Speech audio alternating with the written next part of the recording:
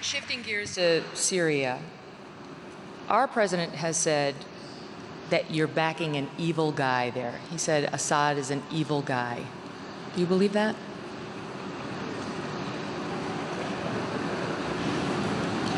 Во что? Believe in what? That Assad is an evil man? Yes. An evil guy?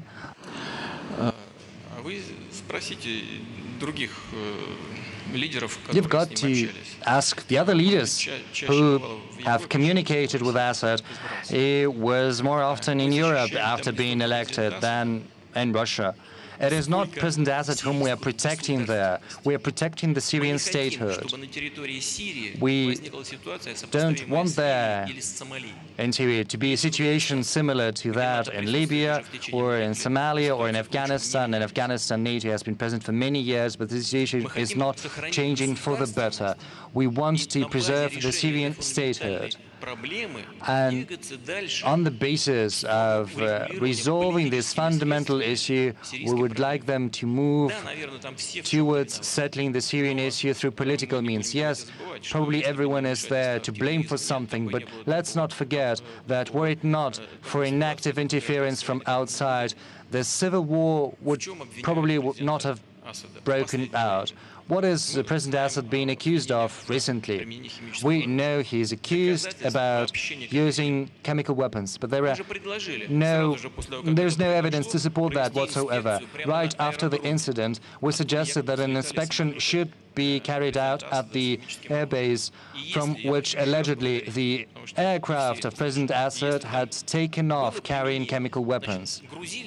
If chemical weapons had been used, then those weapons would have been loaded onto the aircraft and the cutting-edge analyzing equipment would have detected that. But they refused to conduct this kind of inspection. So they're talking a lot, but not doing much. We suggested that an inspection should be carried out at the place where the strike took place. They're saying it's too dangerous. Why is it dangerous if the strike was against the good part of the opposition? No, they say it's too dangerous. There is a representative of Iraq here, whom we welcome.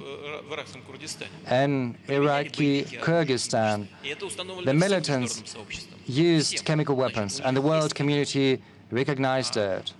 So they know that the militants there have got chemical weapons. But according to the OPCW, Syria has destroyed its stocks of chemical weapons.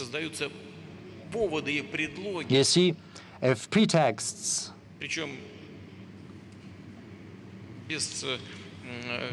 are created without any real willingness to look into the matter, it's not going to lead us anywhere. Let's talk substantively. Did Assad make mistakes? Yes, probably a lot of them. But those who oppose him, are they angels? Who is murdering people and executing children, beheading people? Should we support those people who do that? You know, that together with our American counterparts, we had discussions ad infinitum about different territories where we should perform strikes or we shouldn't. They were telling us that there were territories where we shouldn't perform strikes because the opposition, the good opposition, was mixed with the Al-Nusra Front. Well, in that case, they've got to separate the bad guys from the good guys of the opposition. Should we wait for these terrorists to come to our country? No, we're not going to wait for that. Let's find an agreement. Prime Minister is nodding an agreement. India is always facing the threat of terrorism. This is not just a far-fetched problem.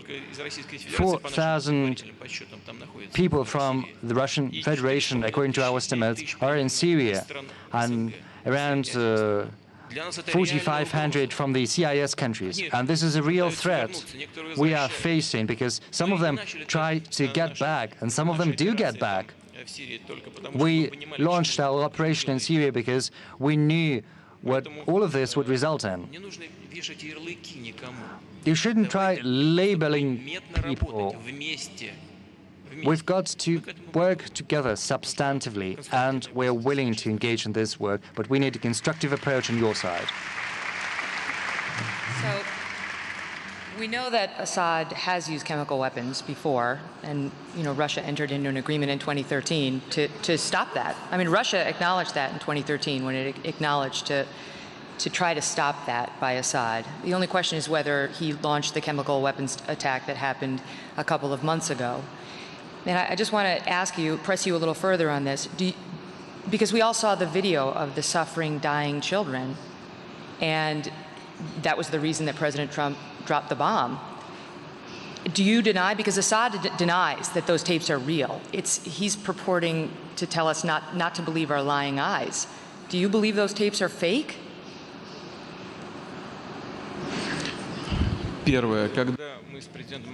First, when President Obama and I agreed to work together to destroy chemical weapons in Syria, we assumed that Syria had it, but we never recognized that Assad had used it. So please be more precise. Secondly, as for those people who were killed or who suffered because of the use of weapons, including chemical weapons, this is false information.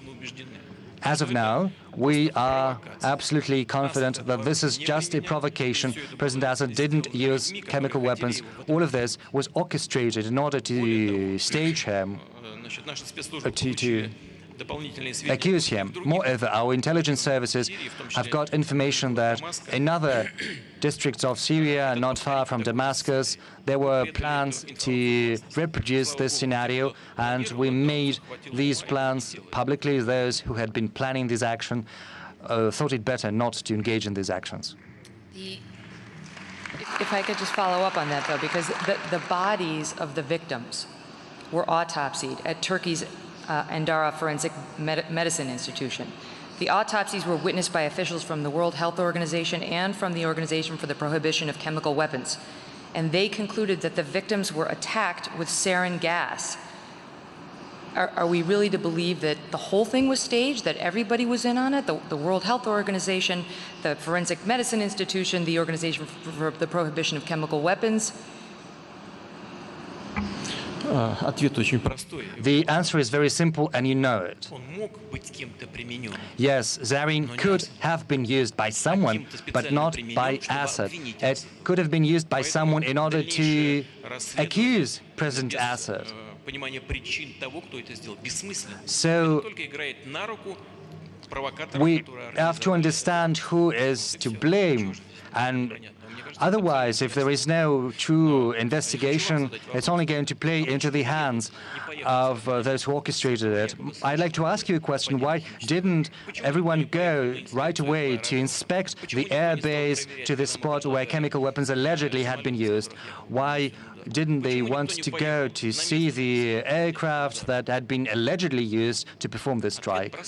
The answer is very simple, because they were afraid that everything, the truth, would come to light. What you are telling me doesn't convince me of anything. It just persuades me that we'd better not engage in tug of war there or speculate. We've got to pull our efforts together to counter real threats. And we know what these real threats are. The U.S. is very far. Yes, there was an explosion there, people suffered, which we offer our condolences. But we also know what terrorists is all about. We have seen its manifestations. And no one should try to use terrorists to address short-term political interests, even though there are attempts at that. Yes, there are attempts at using terrorists against, say, Assad. Why use them? Because no one else would fight. I do not think it's worthwhile using these terrorists today, because tomorrow it's going to cost you a lot. When Al-Qaeda was created in Afghanistan to fight against the Soviet Union, they didn't know that it would strike the U.S. on 9/11. We've got to think about negative ramifications in the long term.